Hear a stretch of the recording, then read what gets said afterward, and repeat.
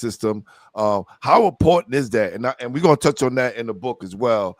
Some of the things you talked about, as far as collaborate with parents and those things. But how important is that that you're getting these kids and you just sharpen them or keeping them on that steady path that those parents already did for them before they got to you?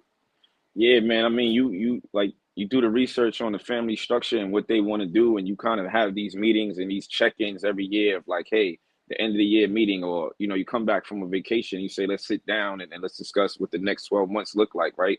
And you start to see a pattern, right? You see a Cole Anthony staying a few years, across high school. You see a AJ Griffin. You see, like you said, a Mo Bamba, a Boogie Flan, a Darius Adams, a Caden Mingo, a Dylan Mingo, and now you seeing a Musa do the same type of thing, That's and right. then you know what I mean. You trickle it down, and you start to see, oh man, you see a Colton Hiller. You see there's a recipe for this stuff to say, hey, this is how we got to go about our business, right? And you need the family. Like you cannot do this without the family. So you don't want to tug a war with the family. And shout out to all of those families. They've been great.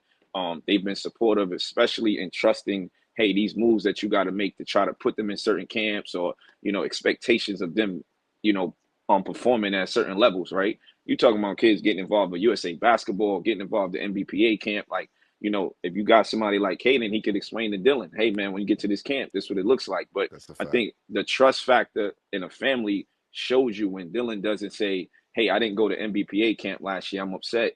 But you trust in the fact that we saying, hey, bro, this is not the time. Let's deal with that when later. Let's knock out this Elite 100 thing. Let's deal with this Pangos thing. So giving guys, your expertise, right, and the program's expertise, and hoping that they trust you to continue to usher their stuff in the right direction, right? And then they have conversations amongst each other. I think as families, right? If you go to these events and you'll see these families having breakfast together or having lunch together or communicating via the phone, and then they'll recruit other families, right? Say, hey, listen, this is what it's like on the inside. Because once you can know what it's like on the inside, you can say that's not good for me, or that's what I'm looking for. But like I said, you can't do anything unless the families trust you and there's some loyalty. And all of us want to go to bed at night. Every director in the city want to go to bed saying, hey, I'm gonna wake up to the kids still being in the program and the family still trusting me night after night, day after day. And you got to put the work in, but you're nothing without that loyalty. And every one of those kids I mentioned, they're going to get recruited by every AAU program in the Northeast every single day. And they deserve it, right? Like if you Boogie, he never second guessed anything. He kept saying, hey, let's go. Let's keep getting to work. And that makes you feel like you're doing the right thing and you push forward.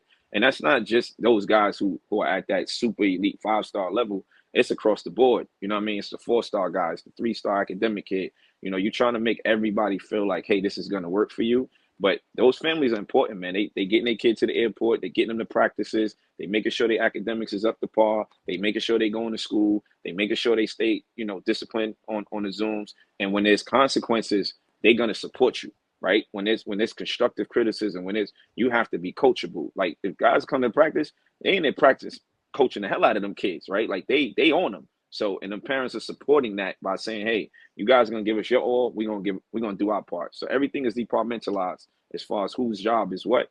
And these kids know we're trying to get them to the finish line. Y'all ready? Y'all ready?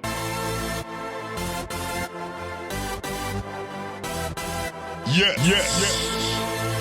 You have just stepped out into the world of